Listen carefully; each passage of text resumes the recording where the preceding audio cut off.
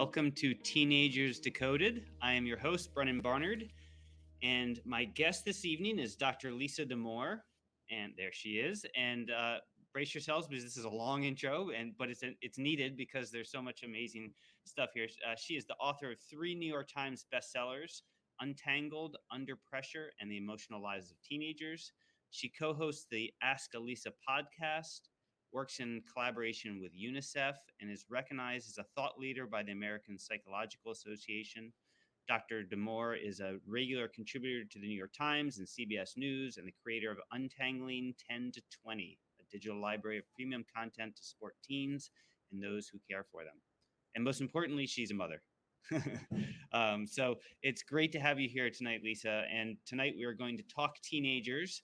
And so for those of you joining us, please click join the chat to make comments or submit your questions. And actually, why don't you go in there now, and we'd like you to share with us all one word that brings you joy when you think of teenagers. So just one word. You think of teenager, what's a word of joy that you think of?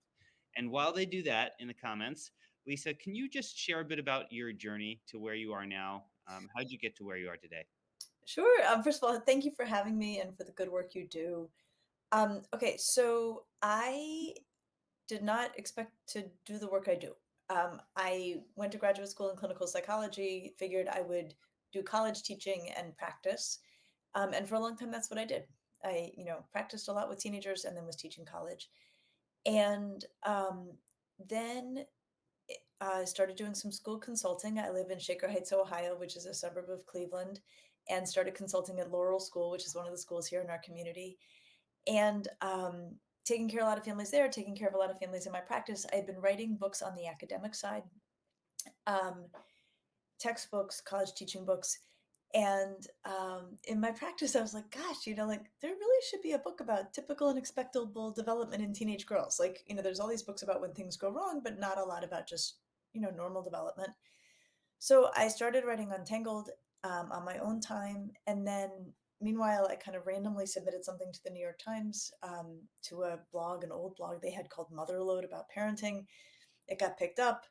I submitted another thing, it kind of blew up. And then the next thing I know, I have editors and agents asking me for a book about the stuff I was writing about. And I was like, well, I've got articles for that, but I have this other manuscript here. And then Untangled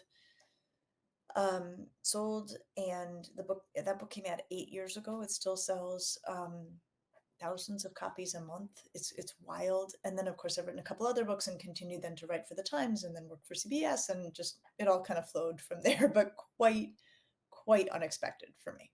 That's great. And now into the movies, and we'll talk a little bit about that later. A little teaser for later. And I love some of the comments that were coming through in the comments here. Just everything from hilarious to curious to inspired and playful, and just it brings me joy just reading that. I'm going to throw you kind of a softball question, or just kind of a grounding question. Can you just tell us what is adolescence? When we talk about adolescence, what is adolescence? And then I'll have some follow-up questions. So, adolescence in terms of ages, starts by 10 or 11. And it starts because kids are into puberty, even if you cannot see it on the outside, neurologically they are. On the back end, there's debate. But the far back end is probably around age 25, when all of the neurological activity that comes with adolescence has, completed, and the brain is fully upgraded. But in my own work, I often talk about 10 to 20. Those are really kind of a prime time of caring for people in their adolescent years. So that's the age parameters. What I will say is the book Untangled, which I was just describing, lays out what I think to be the tasks of adolescence. And I think that that's a good way to think about what are teenagers about, what is adolescence about. And so the 7 chapters of the book are the 7 tasks I think teenagers need to accomplish. And even though the book centers on girls, 80% of the book applies to kids of all genders. So the chapter titles are, parting with childhood, joining a new pack, harnessing emotions, contending with adult authority, planning for the future, entering the romantic world, and caring for themselves. So adolescence is actually about doing all those jobs, and it's a lot. And I think it's helpful to sort of see it laid out in that way, because It does two things. First of all, it reminds us that adolescence is not something teenagers are doing to their parents. It is a challenging developmental phase that they are working their way through. And second of all, it's a tremendous amount of change in a very short period of time. And one of our rules in psychology is that change equals stress. And so the fact that having a teenager and being a teenager is an enormously stressful thing is not a sign that someone's getting it wrong. It's that there's just so much changing in such a very, very compact stretch of time. Right. And I want to get into that kind of the idea of stress and good stress and bad stress in a bit. What as parents think about middle school, what are some of those major changes? I mean, you talk about change, but what are some of the major changes they should anticipate? Well, it's funny because when I was working on Untangled and I had this chapter structure very clear in my mind, my editor kept saying, "Are these happening in an order or are these happening all at once?" And I said to her, "Yes. Like this is the order in which things are ascendant, but they're all sort of flowing constantly." But it was funny. It was not until the book was really done that I sort of stood back and I was like, "Oh, look at that! Fifth, sixth grade, seventh, eighth grade." So fifth, sixth grade, parting with childhood, like letting leaving behind being a little kid, moving towards adulthood in a slow way. Um, Chapter two, joining a new tribe, joining a new pack. That's sixth, seventh grade. That's really ascendant. That's really important. Chapter three, harnessing emotions. Seventh, eighth grade. Kids are really dysregulated. That's the nature of being a seventh or eighth grader. Chapter four is contending with adult authority. Eighth and ninth grade. So those tasks, the first half of the book, get you through middle school, and then the second half of the book pick up things that are much more ascendant in high school, like planning for the future, entering the romantic world, and caring for oneself. But I knew intuitively that was the order of the chapters, but it wasn't until I stood back from it when it was all done that I was like, oh yeah, mainly onto the grades. Yeah, yeah. And so, as parents, how do we so it's like you said, enormous time of change, all these different stages. As parents, how can we both encourage exploration and independence and responsibility and stay connected to our teens? Okay. So in the normal course of events, the kids are going to find their own independence. Like they're pushing for it, right? They're pushing for it. But I think it's actually still a critical question because in the wake of the pandemic, we're seeing less of that. Kids are more avoidant. They're staying closer to home. They're not as kind of chomping at the bit for separation and autonomy as we have typically seen in development. And so it may be that there's a little like of pushing one's kid out of the nest a bit, and asking them to do more and holding high expectations that they can do more. But in the normal course of events, kids are pushing for that kind of freedom, and often adults are sort of pulling back. But so say that is happening, right? The kid is working their way towards increasingly being, separate and independent. They'll do this in a couple of ways. One is that they're just going to want more freedoms, right? They're going to ask to do things that you don't necessarily feel altogether comfortable granting, right? And that's uncomfortable for the parent, but it's also a sign that everything's going as it should. Oh, yeah. The other thing teenagers do in this sort of autonomy and independence is they become more psychologically distant. They become more private. They share much less information. They bristle when we ask too many questions. And this can feel personal to parents. It can hurt their feelings. I don't, if they can not see it as personal, I think it's better. And the way I like to think about it is kids are working towards physical independence. Like, this is the College Guidance Network. Like, we're talking about kids going off to college. They are not very independent while living with us, right? We know what they ate. We know where their laundry is. We know what time they came in. We know so much. So part of how they start to work towards that independence is through a psychological distance as a way station towards a physical distance. And so, to your question of how do we stay connected when they're trying to be more independent and they're like not telling us so much at home, I think what I have learned from parenting and from also caring for families, kids like our company and they like us and they want us around. They don't like our agendas. And I think what I hear from teenagers over and over again is like, if you will offer me your agendaless presence, if you will just come watch TV with me, if you'll, like drive quietly and let me, run the music, if you'll take an interest in the thing I'm interested in, or if you'll just sit there quietly while I do my homework, I want to be with you. But it's when you start with the questions and when you start with the nagging that then I push you away. So let me just say one more thing on this. I think so often when adults envision connecting with their teenager, what we envision is the kid comes home and is like, let me tell you about my day. And then the adult's like, oh my gosh, tell me more. And then the kid's like, and what do you think I should do? And the adult's like, here's some brilliant advice, right? And like, we've connected. Okay. This is supremely rare in parenting teenagers. That is our script. We don't usually get it. The kid's script is I come home, I'm exhausted, I flop on the couch and watch, maybe Gilmore Girls or I'm playing a video game and you come hang out with me. Yeah, and just listen to them laugh, right? I mean, sitting in the same room with my kids and Yeah. having them watch The Office or something like that and just laugh out loud is just as good as interrogating them. That's connecting with your teenager. And I think we have to remember that. And that's very doable. Yeah. Thanks.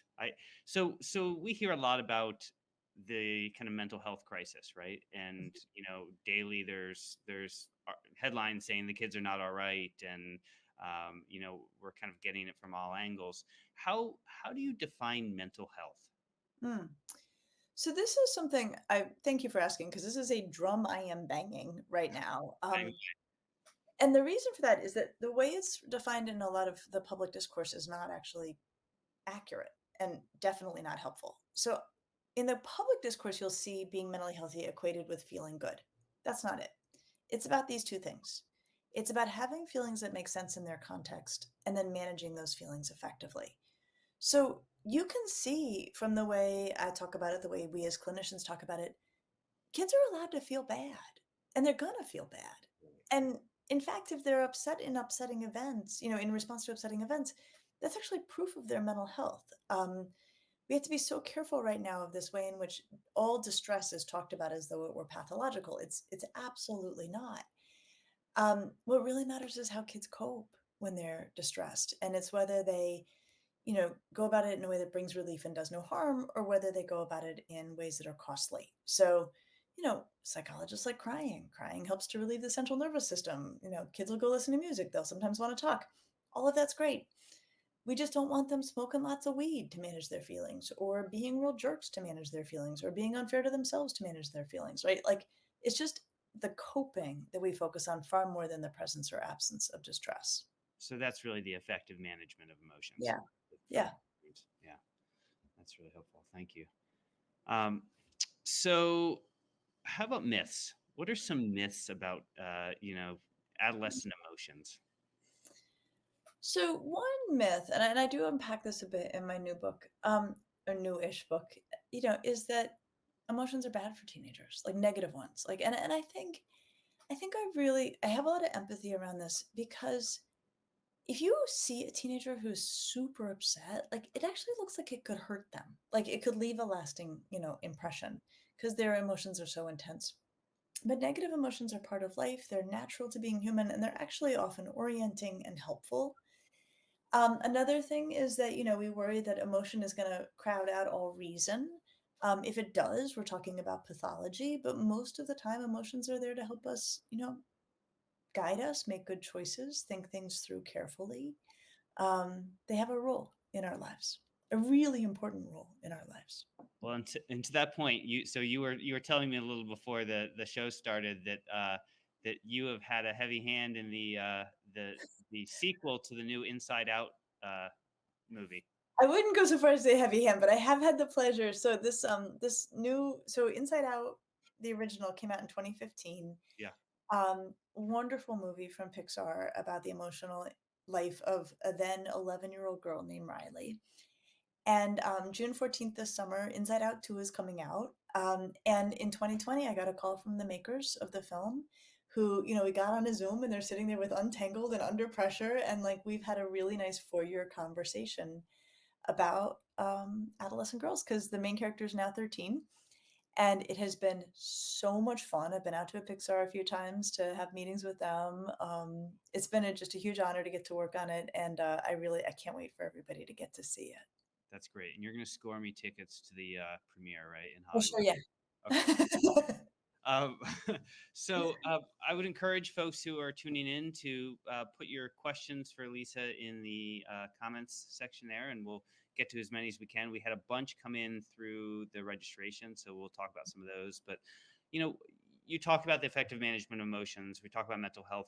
When should parents be concerned? I mean, I think we as parents want to know. Okay, yeah, where's the line where I need to be concerned about my teen's mental health, and where and when is it just kind of normal emotion? This is really critical and not always easy to know because teenagers have such amped up emotions that they can be pretty frightening to adults, right? What the kid is going through can look very destabilizing. So there's a few things to look for. So one is if mood sort of stays in a bad place. So we expect mood to go up and down. That is absolutely typical to adolescents, but we don't expect teenagers to get really low or really cranky or really numb and be that way in a lasting way. You know, if they're like that for 36 hours, that's a long time for teenagers. I mean, you know, your kid 24 hours might be really unusual. So that's something we worry about. We worry about costly coping. We worry about their coping, but they're coping in a way that's destructive, like self-harm or substances or, you know, taking it out on others. And obviously, if a kid expresses any, you know, concerns about their own safety with themselves, that's something we're going to pay really close attention to and take very, very seriously. Thanks. And so how do we? What are some effective strategies I think for kind of checking in with our student or our children when and talking to them about how they're doing and how they're feeling and without grilling them, without nagging them, but Yeah. kind of getting a gauge on how they're doing. Yeah. Um, you know, I think, you know, the reason I love teenagers is that, you know, if you ask them a straight question, they'll give you a straight answer. Like if they can tell you really are interested and you don't have some big agenda or there's nothing big behind it that's like a sneak attack, they will be very honest in my experience. And so I think that there are ways, you know, you can say like, you know, you don't seem like yourself. Is everything okay? You know, is there something, you know, bugging you? I also think we have to be really mindful of timing on this. Teenagers are busy, right? Like they have a lot going on, and I think sometimes you know a parent or a caregiver will have like a big wind up to wanting to have a conversation, and that kid is like trying to get out the door to something. So you know, I remember when my older daughter was getting ready to go to college, and I had like 14 things I wanted to talk with her about, but she was always like just like dashing through the kitchen because she was trying to see her friends, whatever. And I finally said, "Can I get on your calendar? There's a couple things I want to talk about." And that she was like, "Fair, fair." Like, and so I think if you know that you want to have a heavy conversation or just even a longer one, it may be fair to say, like, you know, I got a couple of things on my mind. I just have been a little worried about how you're doing. You know, do you have time tomorrow that we could just check in? Right. So even that kind of runway can be make for a more successful conversation. And you must see in your practice and just in general, I mean, the students, there's a question here, like when they refuse to talk, right? Like when they just shut down and they say, no, you can't get on my calendar, right? I mean, how do you approach that? So it's interesting because like there's a few ways to slice this. So it's really hard. It's really, really hard to be a parent or caregiver or, you know, an adult at school to see that a kid is suffering, to be asking a kid what the story is and to get iced out. Um, and one of my favorite things, and again, this plays to, you know, ask a straight question, you'll get answers. Years ago, I was with a big bunch of teenagers and I was like, talk to me about this scenario. Like when the adult can tell that you're in pain and yet you're not giving it up. Um, they were like, "Oh, there's lots of reasons why we're not going to talk to you," and they actually detailed several. They were like, "We know what you're going to say, right? Like, you know, I'm upset because I messed up that test, and you had told me, asked me if I'd studied enough, and I said yes, and apparently I hadn't, and I don't want to hear it. You know, um, we worry you're going to blab, that you're going to tell other people what I share with you." Um, they gave me a few other reasons, but here's the last one. It was so thoughtful. This girl said, by the time I get home, I'm like 90% of the way over what made me upset, and rehashing the whole thing for my folks is not going to help me feel better. Mm. So I think when a kid doesn't want to talk, I think we want to remember there may be context factors that we may have even had a hand in that are the barrier. And so I will say there's very little I say more in my clinical work than asking questions like, what gets in the way? What gets in the way? So I think if you're in that spot as an adult, you might say, like, look, I can tell you really feel awful. Like, what's getting in the way of talking about it? And that they'll answer that. And then, they're like, well, because the last time you told somebody, or because, like now you're having a conversation. And that's what you want to be having. Well, one of the things that gets in the way is earbuds and social media, right? There's a question here about, what do I do when my child has earbuds in all the time, and Mhm, we talk a lot about kind of phone addiction and social mhm, media. mhm. Any thoughts for parents on how to approach that kind of overuse? Mm. Um, okay. So there's a lot to say on this. One is I don't think kids should have phones in their rooms. I don't think they should have any technology in their room. Ideally, never, and definitely not overnight. This is an easy rule to make as you hand over tech to kids. It's a very hard rule to set up. Um, the reason for this being predominantly just it messes with kids' sleep, and sleep is the glue that holds human beings together, and it's a non-negotiable that we negotiate with all the time. So I would say if you have any reason to think your kid's tech is keeping them up, either it comes out or you say to them, it cannot be keeping you up if you want it to stay in. So just like that's huge. That one rule goes very far because it does two things. First of all, it means at least for the duration when they're supposed to be asleep, they're away from their phones and technology.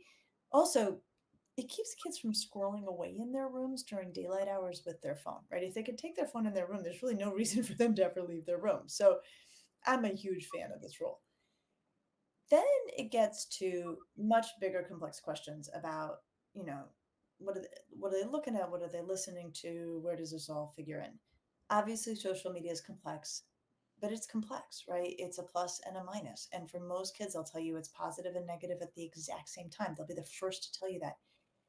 But earbuds and listening, I want to just like take a minute on this. Yeah. So I I am so interested in how kids regulate emotion and how they do this when left to their own devices. And I tell you, the number one thing I hear from teenagers about how they manage feelings when they're upset is they use music.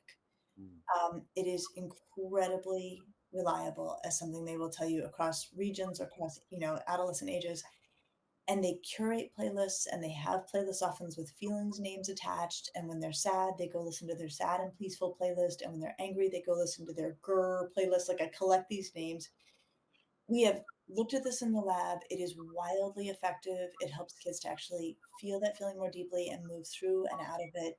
It is as adaptive as anything we could ask a kid to do, right? So kids upset, putting on their angry playlist, getting through that feeling, moving forward, adaptive, no harm done, totally effective. So I think sometimes like I want to be careful of like why are they on their phones, right? Well, because sometimes they're on their phones doing this like, oh my gosh, the alternatives are terrible. Like, or they could smoke a ton of weed, right? Or they could listen to their angry playlist. So I have room for that. Yeah, I have no, room for I that. agree. I agree, and I'll just add that I think we as parents really need to model this, right? Like what you say about phones in the rooms. I mean, I power down my phone and leave it on the kitchen counter before I go upstairs to my room. And I think we can send messages through our actions about what we do. Um, the college admission experience. It seems to become more and more high stakes and stressful for teens and families. And as you and I've talked about, my co-author and I travel around and talk to different communities about parent communities, student communities about the pressure and how can, in your eyes, how can students and families shed some of the pressure? Okay, there's all of that to say on this. Yes. So first of all, I think it's really important to get clear on the statistics of things, especially around the very small slice of highly selective schools. this is on my website. I went to Yale. I was admitted in the spring of 1988 when the admission rate was 21%. Like you could throw a dart and get in. The admission rate is now 4 or 5%. Yeah. Right. I mean, like it is a total like there's when it was time for my older daughter to apply to college, I'm like, if you want to apply to Yale, you can apply to Yale. You're like way better than I ever was. And we're gonna go down the street and buy a lottery ticket because it's basically like you're looking at those kinds of numbers. So and we can do that for lots of selective schools. Sure. So I think it's really important if your kid is ambitious in that way, right? Is interested in selective schools. I think there's value in saying you're free to go for it, but statistically, it's an unlikely thing to happen. Right? Just like no matter what you do, it is statistically unlikely that you're going to get into these places. I think if people are eyes wide open about it and honest with kids about the fact that they have very, very minimal control when they get into these very selective, look at these selective schools, that takes, I think, hopefully reduces the pressure, keeps it very realistic. If they get lucky, fine, whatever. But if they don't, I think it's properly framed. I think what's so important is to just like have those schools over there. And then there's all the other fabulous colleges in America, right? And like I live in Ohio, right? I mean, we are tripping over phenomenal schools that will take such great care of your kids, right? Some of them you've heard of, Kenyon and Denison and, you know, Ohio Wesleyan and College of Ohio Wesley Worcester. and Yeah, College of Worcester and of Ohio. Penn. Yeah, I mean, right. we like you can't you bump into colleges no matter what you do. And some of them you maybe haven't heard of, like John Carroll University, which is this phenomenal Jesuit college in our like that I taught at when I moved here, and I'm like, they're giving a much better education to kids than some of the stuff I saw at Michigan, right? Like, so if you just if this is not a crisis, if we open the gates to the wide array of schools that are available to kids, it only becomes really, really amped up and crisisy feeling if there's a training one's attention on a very, very small number of extraordinarily selective schools. And how can parents set expectations and kind of conditions around this experience early on for their child about what the different roles will be and money and all those pieces. Yeah. There are people who've done much deeper and better work on this than I have. Ron Lieber does great stuff, I Yeah. think, on the money piece, and is a big believer in just being upfront and really clear with your kid on the money thing. I agree. Um, I think the mantra that I have found useful, just in parenting, right? I mean, it was one thing to like take care of families through this. It's another thing to put your own kid through this or watch your own kid go through this. Um, what I found useful to say to my own kid as she went through, and she's an ambitious kid, I was like, focus on the things you can control. You control the stuff you can control. You'll feel fine about however this goes down. So that was one thing that seemed to give her some relief. And there are other times where I say, like, this is about cultivating yourself.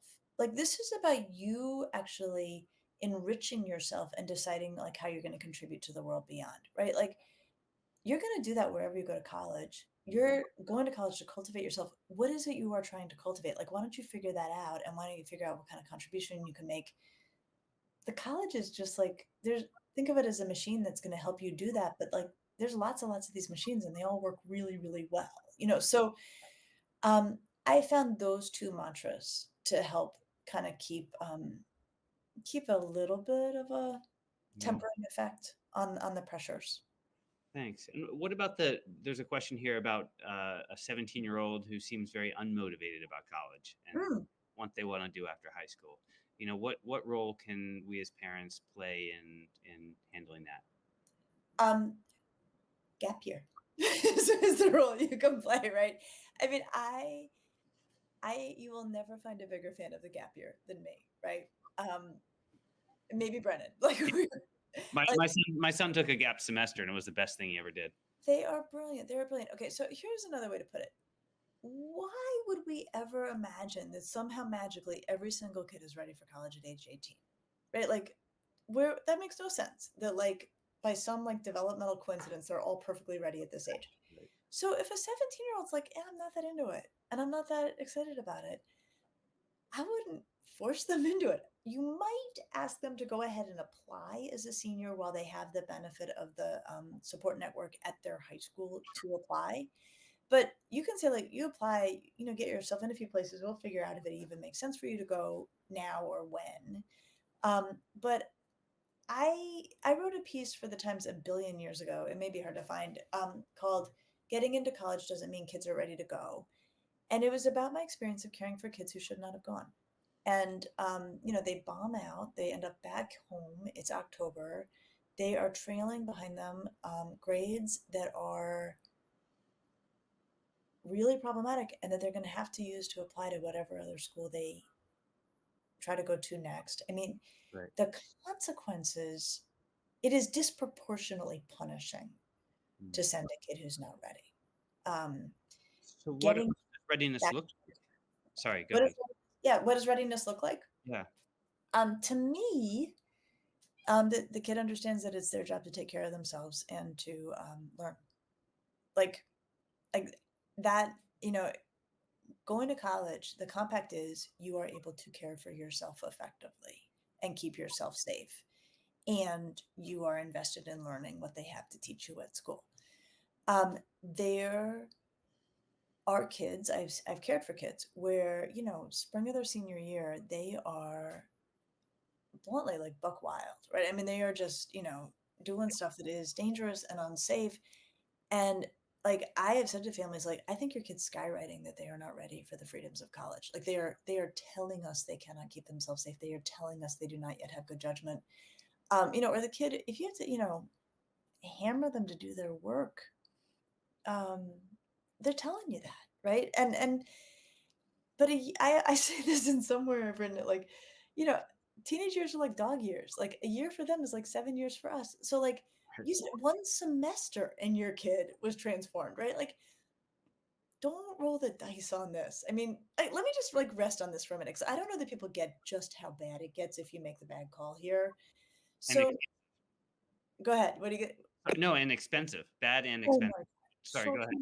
So, okay, so if you're very lucky, the college will send the kid home saying you can come back to the same college, right? Because then, so you've lost a semester, but you don't have to reapply. It also happens where colleges say you can't come back. Okay, so now the kid has a whole bunch of D's or lousy grades on their transcript, and they have to share those grades with any school they apply to. So now getting in becomes a lot harder. The other thing is, nobody wants credits from another college. They want you to pay for the credits at their college. So and kids will do this, and it's a good idea. Like they'll take a few classes at community college, but they'll sort of like cobble things together. They still end up having to often retake the same classes at the college where they ultimately graduate. I mean, it is messy, messy, messy. So if you have doubts, a gap year is a great idea. And that transfer piece is something we need to fix on the college side too. But you're right, it's messy. It's Um, we have a lot of counselors tuning in, and there's some questions that came in from counselors about what they can do in schools to support healthy family communication. Any thoughts? Um, I'm a big fan of when families are coming in talking Princeton, Harvard, Stanford. I am a big fan of just first and foremost getting clear on the stats. Because sometimes these are parents who got into those schools themselves, and they're looking at their kid, they're like, yeah, my kid's like way better than I was.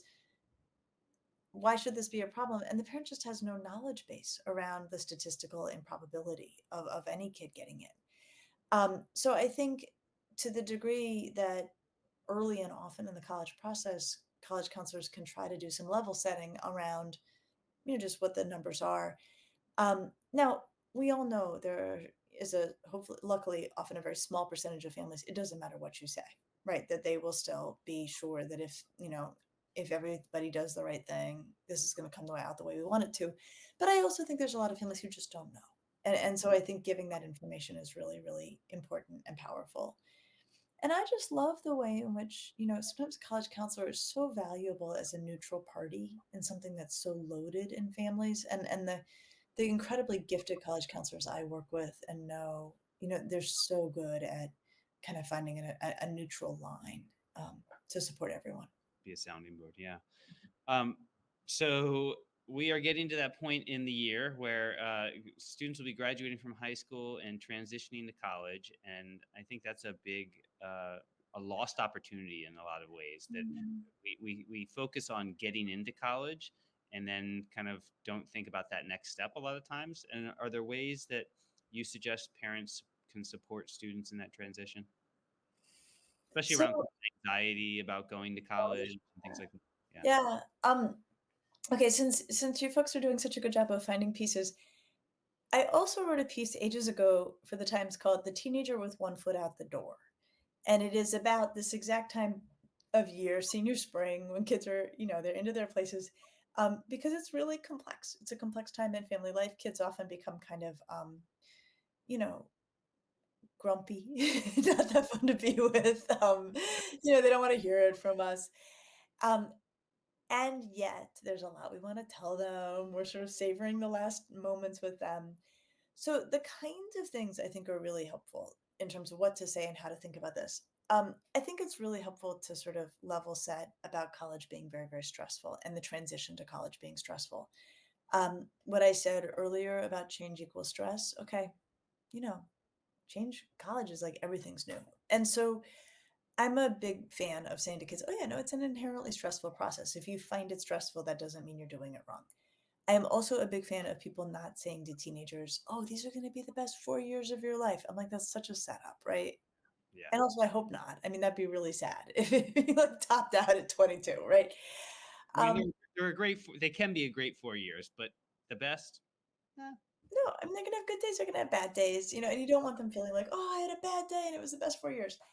Um, I think for the adults, for the parents in this, the trajectory I was told about and the trajectory I observed in my own family is that freshman year is a lot of establishing one's independence, being, needing to be more distant, being a little bit acier in terms of interactions. And then having accomplished that, having spent a year living away, kids can relax back into enjoying us and our company. And so, what I would say to parents, if they're feeling kind of about their kid leaving and then about their kid being sort of yeah. a little bit prickly, Like, how do we know they're okay, right? yeah, play the long game. Play the long game. I will also say, texting's the greatest. Texting is the exact greatest level of like communication with your college kid. Like, I feel like texting was made for communicating with your college kid, right? Like, it's quick touch, easy, but not too intrusive, like, it's the best. Yeah, yeah, and it can be done. You don't have to set up a time to talk, and yeah. No. What about so this kind of has to do with the transition to college, but also in high school and middle school. How do we help young people? How do we help our children stay away from peers that could be a bad influence? Um, I think a lot of it is being really clear about your values,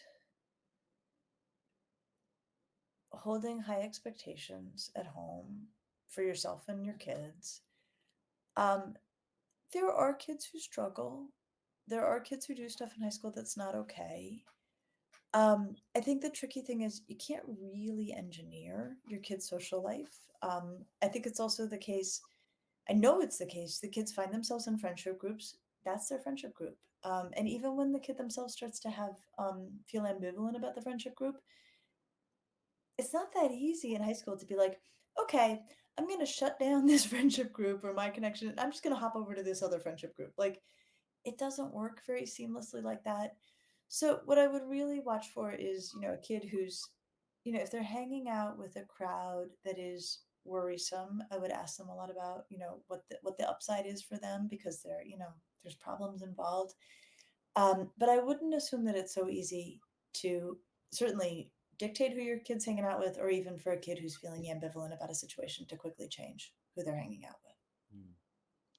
And how do we empower them to, okay, so they're hanging out with who they might hang out with.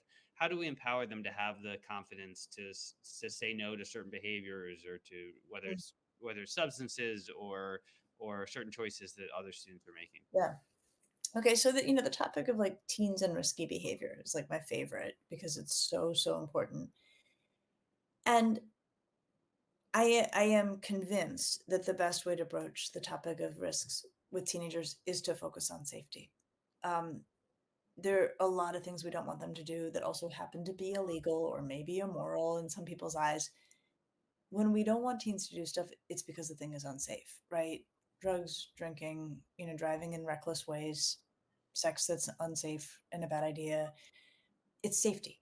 Safety, safety, safety is what we're all about. And so if we have a kid who we know is sort of pushing at the edge or is runs with a fast crowd, the issue is always safety, and that they have to convince us that they are able to keep themselves safe if they're going to have autonomy. And if they give us evidence that they cannot keep themselves safe, then they got to stay closer to home until they get another chance eventually to show us that they can keep themselves safe.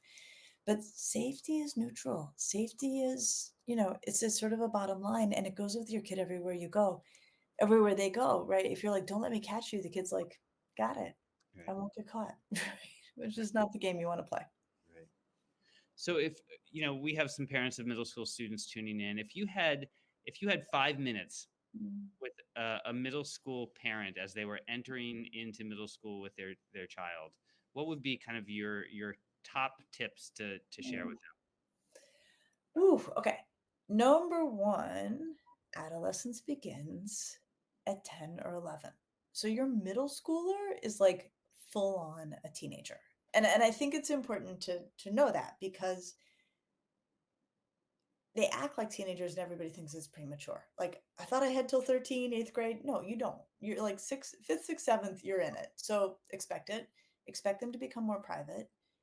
Um, definitely, definitely, definitely. This is often when kids get phones. Very, very strongly recommend do not start with social media. Wait until your kid asks for a phone, and they will ask for a phone because they're like, I need to be able to connect to my friends. Usually texting is more than adequate. So I would start them with texting only. If you give them a smartphone, you can give them a phone with no browser, no social media apps. It's a texting machine, never goes in their bedroom. The beautiful thing about a kid who's asking for a phone is that they will agree to anything to get it. So if you're like, all right, you can have this dumbed down phone and it lives in the kitchen, they're like, you got it as long as it's my phone. So use that very, very, a lot of leverage, use it well, and start guarding their sleep. Middle school is when activities start to pile on. Being, it's a great time for building habits by getting homework done early in the evening so that they can get decent sleep. So middle school is like this really critical and pivotal time in terms of setting things up well for down the road. So keep the technology out, get the homework habits good so that they start as early in the day as possible. Um, those are the things that are going to set you up down the Yeah. line. And there's a question kind of in response to that. How do you deal with the response they give, saying, I know, don't treat me like a child. How do Mm. you kind of balance that being a parent and also knowing where they are? Well, the reason I would say for like not having them on social media and not having phones in their room, like these are safety questions, right? Like safety is getting a good night's sleep. It is like it literally keeps you safe. You're less likely to have accidents, you're less likely to get sick, and it's also so powerfully connected to mental health. I will tell you the mental health and social media data are actually pretty controversial. The sleep and mental health questions, not controversial, right? So it's not like kid, not kid. Like you said, Brendan, like you don't have your phone in your room either, right? Like it's it's not a kid thing. In terms of the social media stuff, I'm not a fan of kids 13 and younger having social media because their thinking is still too concrete. They don't question things enough. The beautiful thing about ninth grade 14 is they get very skeptical about everything, which is a pain at home because they're like, why do you, why, but you want that for social media. Another way to think about this is it's okay for kids to be annoyed with us. If you're like, these are the rules, and your kids are like, "Ugh," right, and they roll their eyes, fine, fine. That's totally fine. Because the flip is, I mean, what do we want them to do? Be like, actually, I really appreciate putting those parameters around my stuff. I mean, they're not going to say that, right? So they need to be autonomous. They need to be independent. So rolling their eyes, bristling. There's a fabulous woman I worked with. She's like, complain but comply. You can complain as long as you want, as long as you comply. Right. And I'm like, that's great. That's great with teenagers. Well, and there's a question here from Melissa. What do you do when your 13-year-old reveals to you that they're not mature enough to handle a phone or texting? Back it up. Right. Walk it up, right? I mean, and that's what I like about texting. For me, I feel like texting is like JV social media. If your kid handles texting well, usually they can stay on texting to stay connected to their friends towards 13, 14, 15. Hope, I'd push it as far down the line as you can. You'll feel better about giving your kid social media if they've handled texting well. Right. If your kid uses texting to get involved in like the meanest text thread ever, they are like telling you they are not ready for social media. So, um, feel free to say, you know what, we're gonna back this up a little bit till you can use better judgment. Thanks. So at CGN, one of the things we really try to do is provide guidance around college and careers. And there's a big push in schools to talk about career options in college earlier and earlier, right, in middle school, and expose students to different options and opportunities. Any thoughts on kind of how to do that kind of focus on purpose and do it thoughtfully and expose students to those kinds of opportunities in middle school and beyond? Yeah. I think it's neat, right, to put a whole bunch of stuff in front of kids and introduce things that they may not have thought of. I think there's some kids where either it hits them at the right place developmentally or their maturation is in a place where it can be very inspiring and, maybe lead towards a career they hadn't thought of. I think a lot of kids are still, trying to sort things out. One of my friends, Molly Devaney, is a brilliant journalist, wrote a piece. How can my kid find his purpose? He can't find his shoes. Like probably a lot of parents feel that way. And so here, I really like. There's this really really smart psychologist at UCLA, a developmental psychologist named Andrew Fellini, and he talks about purpose.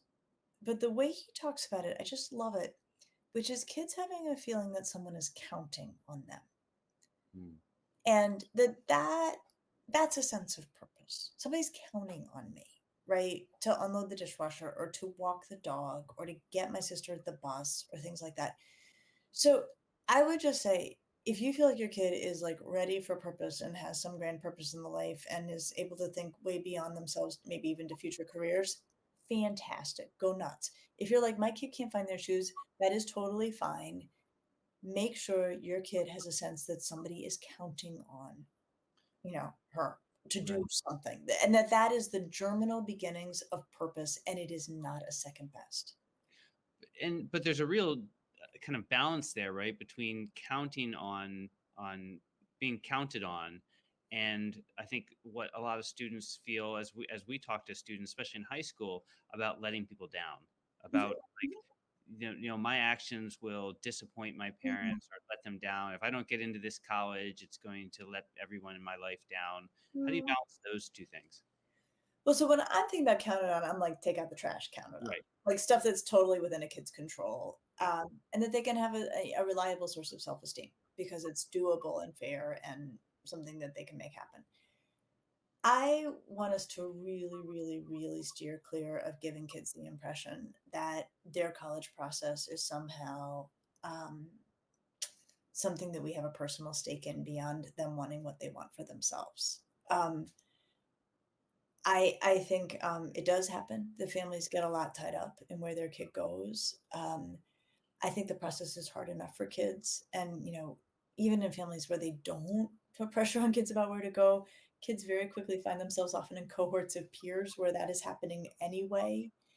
Um, for what it's worth, what I said to my older daughter, I was like, we think you should go to college. Like, there's a lot of evidence that going to college is, if you have access to it, is going to be a good idea. We do not care where you go to college. And she cared a lot. And I started to care because I wanted her to have what she wanted. But I really tried to keep it about her. And what we actually had one. There was a moment where I felt like I wasn't totally making a mess of the situation. And it was about how she was going to spend the summer before junior year of high school or senior year of high school. And she was torn between going to the camp she wanted to go to where she'd been or staying here and working on her painting. She's a talented painter. Um, and I talked with her college counselor and I said to my kid, based on what you say you want, it's probably going to be better for you to stay home and paint. But if you want to go to camp, go to camp. Right. Cool by me. And so it was always like, based on what you are telling us you want, here's the guidance we have to offer, but we don't really have any skin in this game besides you going to college. Yeah. Here's the truth as I know it. Right. Yeah. Yeah. How about insights for the student who is managing their highly anxious parents' anxiety? Oh, that's a lot. It's hard enough to be a student and a kid and a senior and a teenager. To have to manage one's parents' anxiety on top of that feels like a lot. Um, I think what I would just say to that kid is it comes from a loving place. It's always well meaning. It doesn't always feel so great. Um, but it comes from a loving place and it gets worked out over time. But I also think sometimes parents don't realize how much kids are picking up um, of the parents' own investment or anxiety. And so, kids know their parents better than anyone will ever. But there may come a time where a kid says to the parent, I know you mean well, but actually, when you do X, Y, and Z, it's making this way harder for me than it already is. Thanks. Okay, two last questions. One more general, and then one about college. Um, so, as a psychologist, what is your greatest hope for families? Oh, well, my greatest hope for families is strong relationships. And the reason I say that is that as much as there's so much anxiety about adolescent mental health and the forces that impinge upon it, the single most powerful force for adolescent mental health is strong relationships with caring adults. Um, and it's great if those adults are your parents, and you get lucky in that way. And and so my hope for families is that they just know how much power they have, just right there in their relationship with their kid, and how extraordinarily protective it is to have a good working relationship with your kid. So like enjoy your kid, have fun with them when you can. It's a huge thing. It's a huge thing. Thanks. Okay, and this is the last one, and it's a question that I ask a lot of admission leaders when we have them on, and it's kind of as an adult, as somebody who's works with a lot of students and a lot that are going through the kind of college application experience. Um, what would you tell your younger self, knowing what you know now about college Oh, admission I and know. I know. Once you hit about 25, nobody knows where you went to college. mm, Unless you're bringing it up, it dissolves. And I remember being a graduate student and I was doing master swimming. I was spending tons of time with my teammates there. I had this dear friend, Catherine, who was a grad student in English. And I realized one day we'd been friends for months and months and months and months and months. And I had no idea where she went to college. And I was like, somebody should have told me this, that there comes a time where it just goes away. yeah. Um, and I tell high school seniors this at every opportunity. Like what you do in college will still be evident. Where you went like much more quickly than one would ever. And I certainly imagined stops coming up. Well, thank you. This has been great. I'll be checking the mail for those tickets to the Hollywood premiere of the Inside Out sequel. But thanks for all you do, Lisa, and for joining us, and thanks to all of you who watch Teenagers Decoded.